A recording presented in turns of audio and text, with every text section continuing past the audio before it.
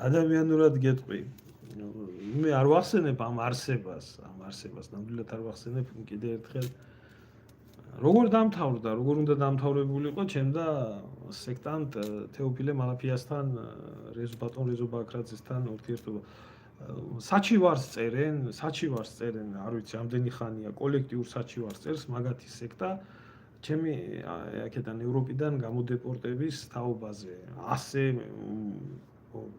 წყურია ბატონ თეოფილეს ბოზობა, ჩათლახობა, ნაძირლობა, რომ ქართველი შემიძლიაო დაუღუპო და ველოდები, რომ დამიწეროს დიდი საჩივარი და მისამართსაც მისცემ ჩააბაროს საფრანგეთის საიმიგრაციო სამსახურს, რომ მაგან და მისმა დანარჩენმა დაქლავებულმა სექტამ რამენაირად მაგათი საჩივრის საფუძველზე გადამადეპორტონ და რაღაცნაირად გადავრჩები. რაღაცნაირად გადავირჩენ თავს და თან დიდ მოწამე ქრისტიანი არის. და აი ეს დებილი ხალხი, რომელიც დაშტერებული ყავს და უსმენს ამას ხალხო ყველაფერს აქვს თავისი ამოსავალი ის აქვს რა.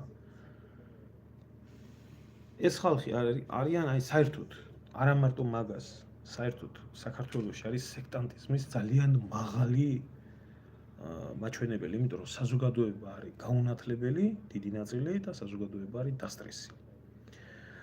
ამას სოციოლოგიურ ფსიქოლოგიაში ეწოდება, რაც ხდება ეს გავრცელებული სცენი, რაც არის, აი თუნდაც აი ამ დიდ მოწამე რეზო ბაქრაძეს და თუ გირჩს და თუ ნაცებს თუ დანარჩენებს, თუნდაც ქოცებს, ესენიც ერთი სექტაა, გააჩნიათ აი ასეთი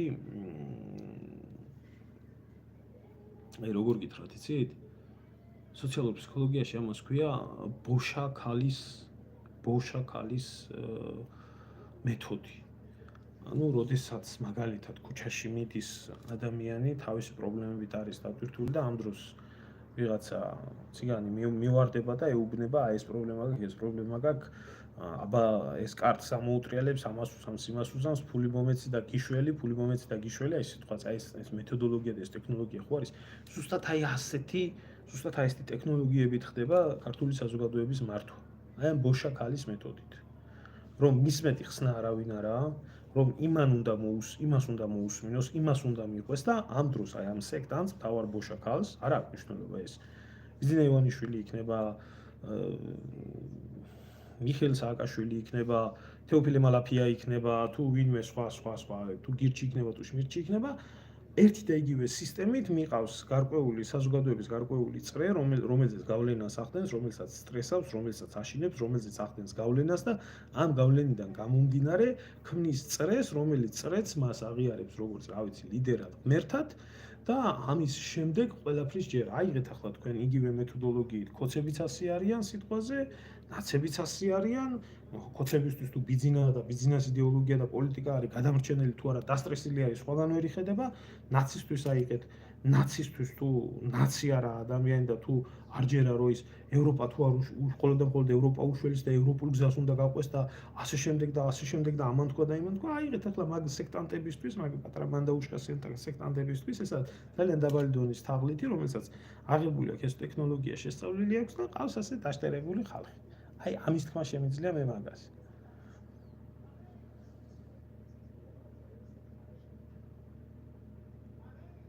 აი რა თუ შემიძლია ხა, აუ ბიზნესო ჩამოერთვასო, ქონებაო, ამ დროს გამიგეღვიძება ჩემი ძმა. სააღო.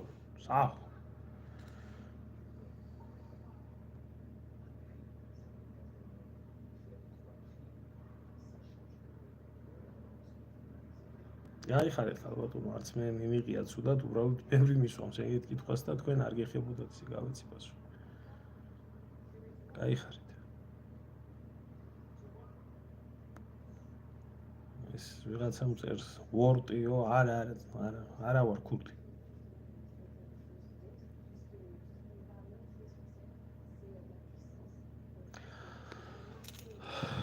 ხალხო, მოლაპარაკებები დაიწყო ახლა. რუსეთ, ამერიკის მოლაპარაკებები დაიწყო ახლა.